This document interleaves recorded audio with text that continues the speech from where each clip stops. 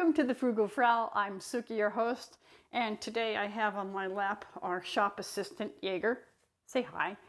And what I want to tell you what we're doing today is we're actually taking the summer off, not from making videos, although we did have a 2-week lapse here for lots of different reasons, but because we're going to work on our own house and get it done because we've been living in our house in a very unfinished state for too many years now, because we keep working on other people's projects. So we can take some time off and finish our own. So I'm sitting in the corner of our future dining room here, and we've already installed a wood floor.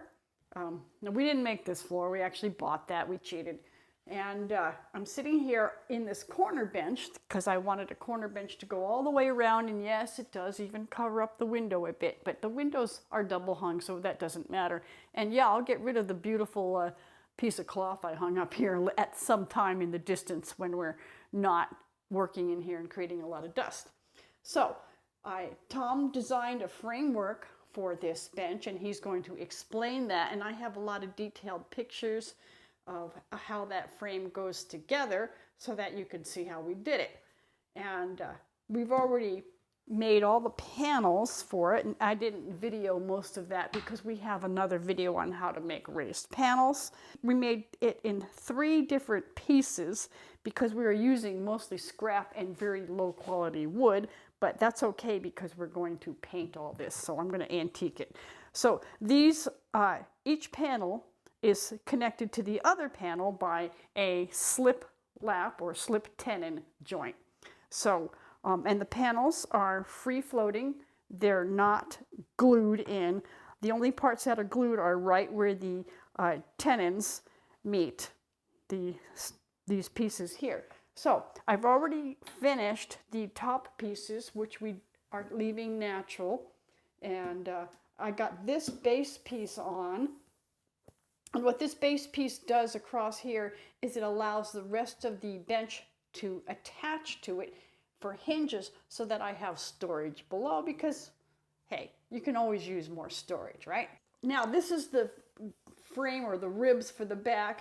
It reminded me of shipbuilding, basically, where they have the ribs. Anyways, so Tom is going to make raised panels for the back, and you can see that they're at a slight angle because you don't want a straight up and down back. It's not very comfortable. And I intend to, have cushions to put on here when we're using the table and bench. Anyways, and so we're going to show that in part 2 of this video series of doing this bench. So before we get started, please like, subscribe, and comment. And if you have suggestions for any other videos, just put them in the comments section as always. Thank you for watching. Okay, for my part of this project, having not built one of these in about 30 years, and be perfectly honest, this is the first one I've ever built from scratch.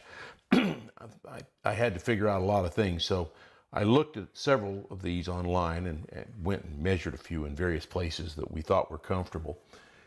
And then I took and kind of dreamed up an idea how to make the back, this was the most complicated bit of the mathematics of it, but I needed the depth and the height plus a front. And my goal was to be able to use something that particularly this back piece, but use this same geometry, not joinery, but the geometry to build chairs from later, because I want to make some matching chairs to go with this. So what I ended up doing was I started with the back piece, and you can see in the bench we have a few where it's just backing ribs to make it sturdier. Then I added 2 half-lapped support pieces and then another vertical in the front which matches this, so that when it's stood up, this one's loose so I can use it for a pattern, but it stands up like this and it basically gives you a cross section of the whole bench. This is being your back. And in the other room over there that you can't see, we did the same thing, but we cut them a little shorter because they didn't want to be that high. When I build the chairs, I will probably actually extend the height of that a little bit more, but I'll just use the same angle and make a fresh pattern for that. So with that, I'll let Sukey explain the rest of the process. This photo shows the completed framing of a section of the corner bench. This is just a close-up of the corner where the two sides meet. After that, we added extra pieces for extra bracing, and this is how it looks in the other room where we're also building a bench.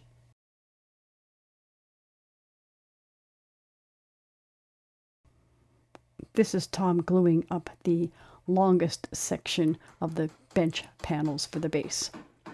It consists of 2 composite panels of 3 raised panels each and 1 panel of 2 raised panels. We have a separate video on how to exactly make the raised panels.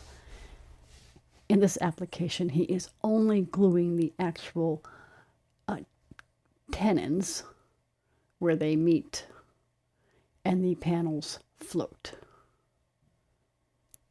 This allows this wood, which is pretty crummy wood and not the driest, to expand and contract as needed until it is fully seasoned.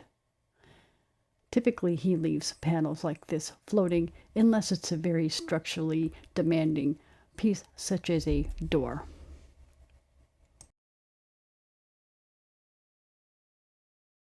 The photo in the upper right shows a close-up of the slip tenon joint, where one panel meets up against the other.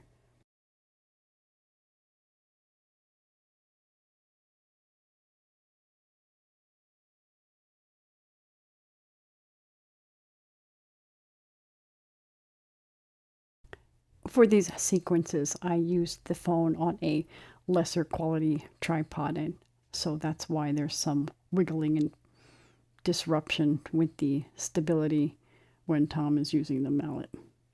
It's a floating floor, so there's a lot of vibration due to that. Sorry about that.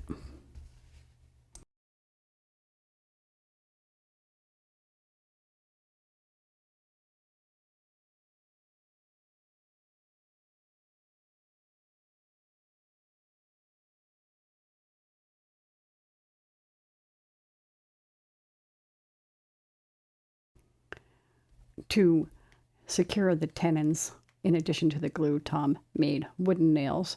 These are made out of ash with a nice straight grain, and that is one of the most optimal woods for making homemade nails. We also made a separate video just on nail making.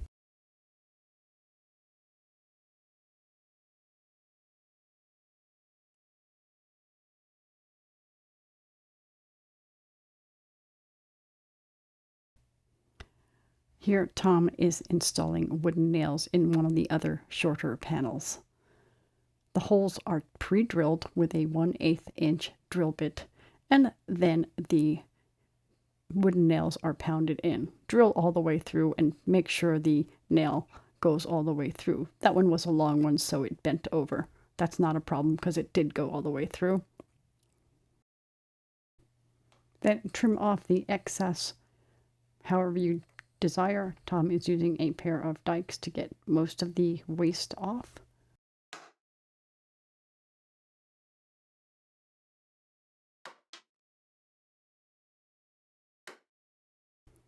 He smooths off the nail flush with the panel frame with a chisel. The photo in the upper right shows the center nail on this particular panel on the side that he is currently working on, and it's just a close-up shot so you can see the flush nail.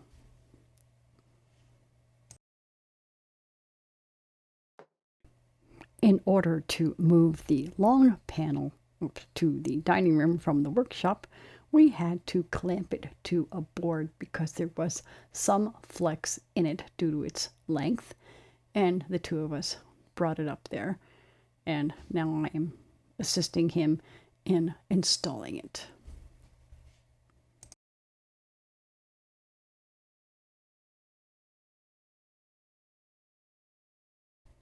Here, Tom is smoothing off a nail on the back that didn't get quite chopped off, and he's also smoothing off what's going to be the bottom against the floor, just to make sure it's totally even.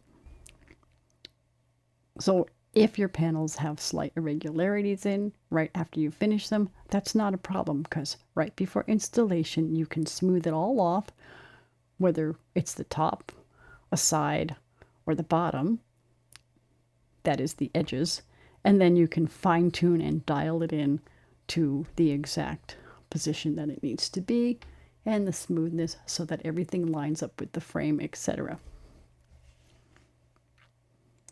Just remember the dialing in of the edges at the end of construction is much more accurate than trying to measure it and get it all exact during construction.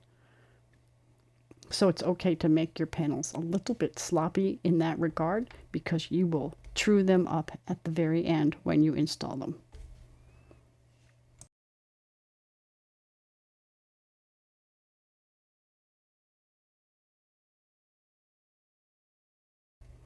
Next, the far edge where we are both sitting on the floor is a little bit proud of the end of the frame of the bench.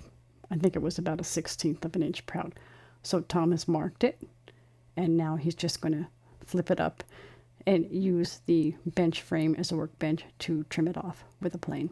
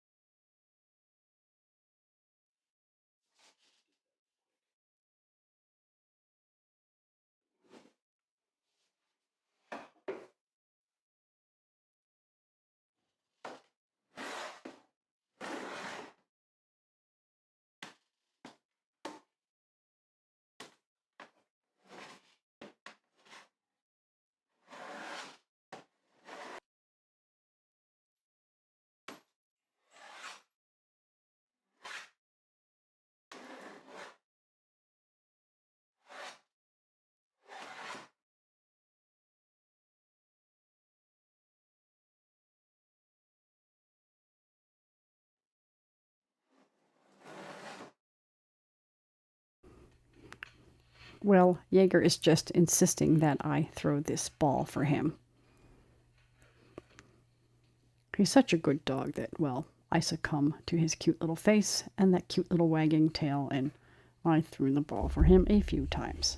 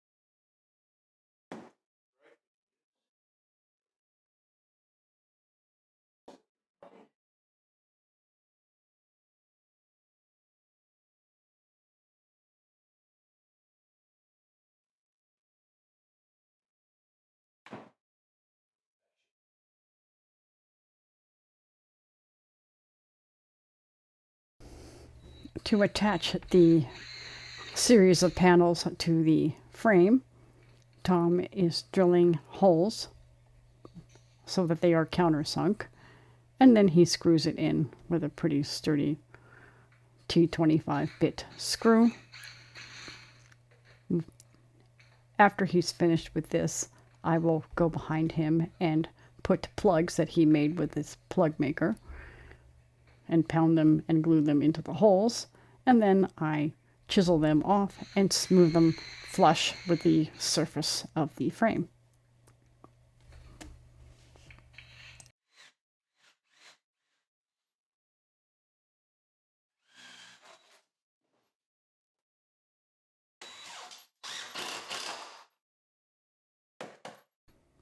And here is the complete install of the front panels for this bench. The end panels have yet to be made and installed.